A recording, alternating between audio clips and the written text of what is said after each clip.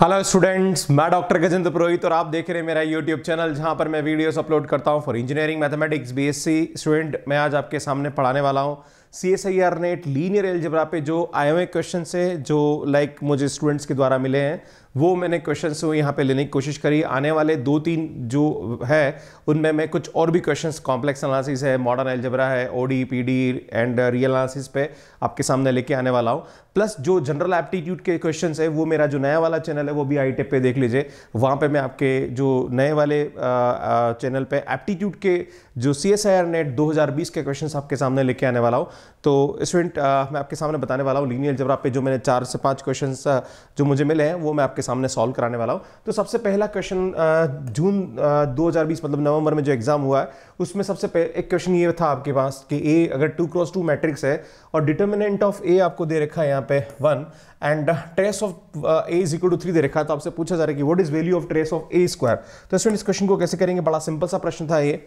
इसमें यहाँ पे हम जानते हैं कि अगर हमारे पास जो कैरेक्टरिस्टिक इक्वेशन होती है 2x2 मैट्रिक्स की वो होती है लैम्बडा स्क्वायर माइनस ये होता है हमारे पास trace of A lambda plus determinant of है। स्टूडेंट ये हमारे पास इक्वेशन होती है।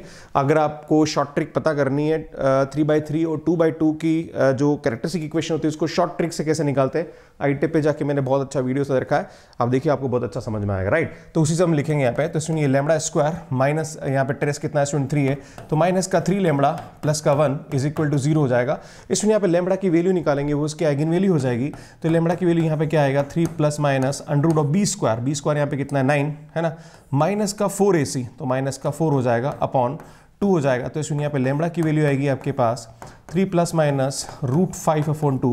तो इसकी जो एक आइगन वैल्यू होगी मतलब जो लैम्बडा 1 होगा वो हमारे पास होगा 3 प्लस एक्चुअली यहाँ पे अपॉन 2 है, ये पूरा ही 2 है, इसको पूरा 2 कर दो ज़्यादा अच्छा रहेगा, राइट। ये पूरा ही 2 है अपॉन 2 है यहाँ पे, इसको 2 कर दीजिए। तो इसमें हमारे पास एक आइगन वैल्यू होगी हमारे पास यहाँ पे ध्यान दीजिए। तो एक आइगन वैल्यू हमारे पास होगी 3 प्लस √5 अपॉन 2 एंड दूसरी जो आइगन वैल्यू होगी हमारे पास होगी lambda 2 is equal to 3 minus √5 upon 2।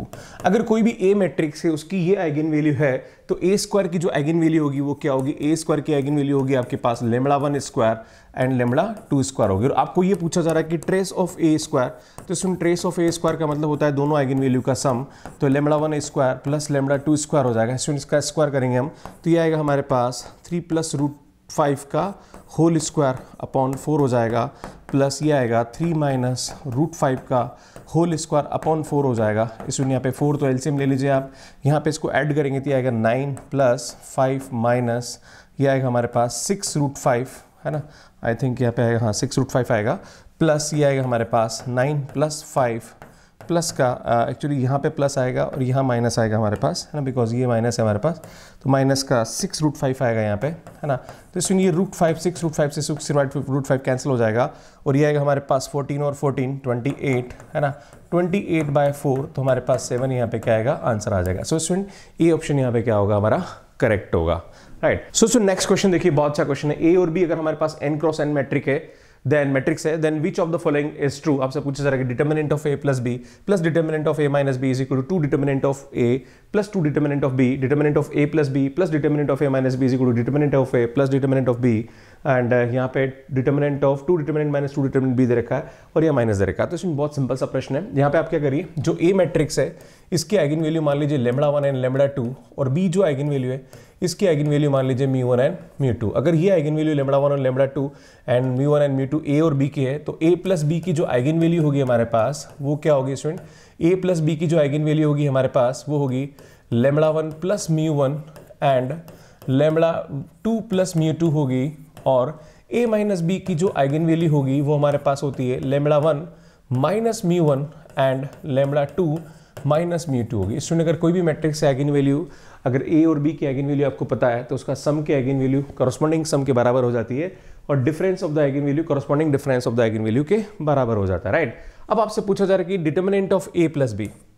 Student हमारे पास a प्लस बी मैट्रिक्स की आइगन वैल्यू ये और ये है तो इसका जो डिटर्मिनेंट आएगा वो होगा product of eigenvalue, right. तो हमारे पास दे रखा है determinant of a plus B, ध्यान दीजिए determinant of a plus B, right, किसके बराबर होगा स्टूडेंट, ये होगा हमारे पास लैम्बडा 1 μ1 है ना इंटू लैम्बडा 2 μ2 के बराबर होगा एंड दूसरा बोला जा रहा है determinant of a minus B, तो हमारे पास a माइनस बी की जो आइगन वैल्यू आई वो आई λ1 माइनस μ1 इंटू λ2 माइनस μ2 होगा, और दोनों का सम पूछा जा रहा है तो इन दोनों को जोड़ दीजिए आप, तो ये आएगा determinant of a plus B, right, plus determinant of a minus B is equal to, इसमें यहाँ पे इन दोनों का सम होगा तो मैं इसको मल्टीप्लाई कर देता हूँ यहाँ पे, तो ये आएगा λ1 λ2, राइट, प्लस λ1 μ2 प्लस μ1 λ2 प्लस μ1 μ2, है ना, ये इसका प्रोडक्ट आ जाएगा, प्लस ये होगा, अब इसका प्रोडक्ट होगा तो ये आएगा λ1 λ2 माइनस λ1 μ2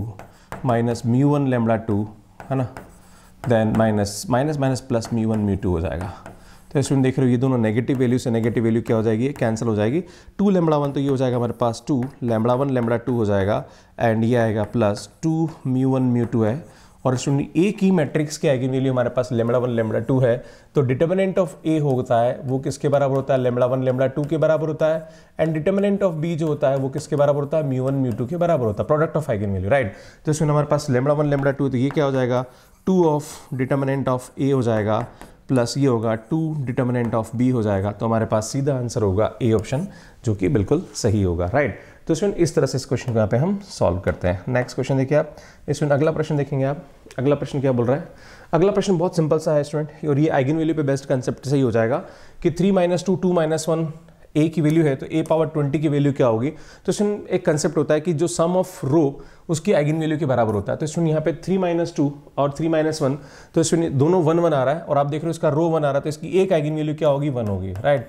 और हम जानते हैं कि a की आइगन वैल्यू 1 है, तो a 20 की आइगन वैल्यू क्या होगी, 1 पावर 20 होगी, राइट। तो इसका मतलब ये हुआ कि 1 पावर 20 1 के बराबर होता है, इसका मतलब ऐसी मैट्रिक्स जिसका रो सम क्या हो जाए, 1 के बराबर हो जाए, राइट। तो इसमें इसका 1 के बराबर नहीं हो रहा है, इसका 1 के बराबर नहीं हो रहा है, इसका 1 के बराबर नहीं हो रहा, पर इसका 1 के बराबर हो रहा है, देखिए आप, ये 1 के बराबर आ रहा है, इसमें यहाँ 1 के बराबर नहीं आ रहा है, तो इसका इसकी ये आ जाएगी 1 आएगी वैल्यू, तो इसमें हमारे पास सी ऑप्शन करेक्ट हो जाएगा। मैं आपको फिर से बता दूं कि अगर किसी भी मैट्रिक्स का रो जो है वो अगर पर्टिकुलर किसी वैल्यू के बराबर होता है तो वो उसके आइगन वैल्यू के बराबर होता है। जैसे इसका वैल्यू 1 1 आ रहा है तो 1 इसकी आइगन वैल्यू होगी, तो ए की आइगन वैल्यू 1 है तो a पावर 20 की आइगन वैल्यू 1 पावर 20 होती है, राइट। इट मीन्स 1 हो जाएगा, क्लियर। इसका मतलब ये हुआ कि इसका जो रो सम होगा वो भी क्या होगा, 1 के बराबर आना चाहिए, है ना, तो वो हमारे पास सी ऑप्शन में होगा, क्लियर है। तो इस तरह से इस क्वेश्चन को हम यहाँ पे सॉल्व करते हैं। सो क्वेश्चन नंबर 40 देखिए, इसमें क्या बोल रहा है, यहाँ पे क्वाड्रेटिक फॉर्म हमें दे रखी है, विच of the following is positive definite. इसमें पॉजिटिव डिफाइनाइट पूछा जा रहा है, तो हमारे पास अगर कोई भी क्वाड्रेटिक फॉर्म है तो उसकी आपको मैट्रिक्स बना सकते हैं। स्टूडेंट इसकी जो मैट्रिक्स आएगी हमारे पास वो क्या आएगी, x² और y² के कोफिशिएंट तो 0 0, और ये हमारे पास xy है तो इसमें ये 1/2 आएगा और ये 1/2 आएगा, ये हमारे पास इसकी मैट्रिक्स होगी A। अगर B ऑप्शन की मैट्रिक्स देखें तो B ऑप्शन की मैट्रिक्स कैसी होगी, इसमें यहाँ पे हमारे पास ये होगी 1 और ये होगी 1, और इसमें ये आएगा -1/2 एंड -1/2 होगा।